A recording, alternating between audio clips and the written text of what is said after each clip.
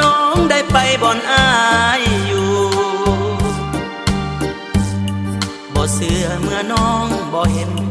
จำเป็นต้องบอกให้หูเพราะอายเคยอยู่มานานแสนนานอยากให้นวลน้องได้เห็นคงบ่ไว้เว้นเมื่อยามจากลาธรรมชาติแสนชื่นสดใสวิไลแดนดินบ้านป่าเพิ่นพัฒนาไปแล้วขวัญใจ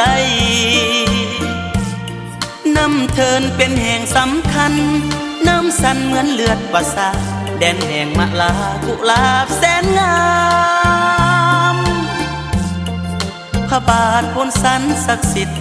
เนรมิตยังมีวัดดันโอ้น้องสามานสถานที่เที่ยวชมถ้าหากว่าน้องได้ไป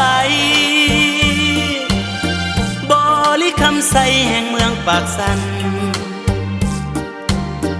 อย่าลืมเบื้องน้ำสองสีน้ำใจแสนดีต่อกันบ่าวเมืองปากสัน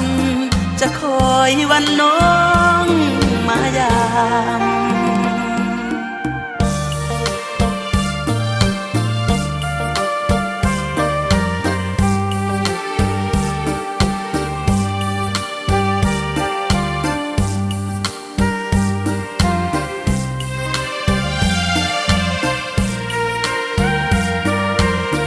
อยากให้นวลน้องได้เห็นคงบ่ไว้เว้นเมื่อยามจากลาธรรมชาติแสนชื่นสดใสวิไลแดนดินบ้านป่าเพิ่นพัฒนาไปแล้วขวัญใจน้ำเทินเป็นแห่งสำคัญน้ำสันเหมือนเลือดประสาทแดนแห่งมะลากุหลาบแสนงา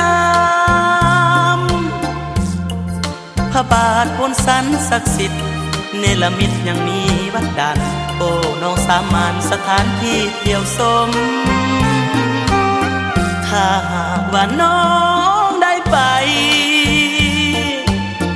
บริคำใสแห่งเมืองปากสัน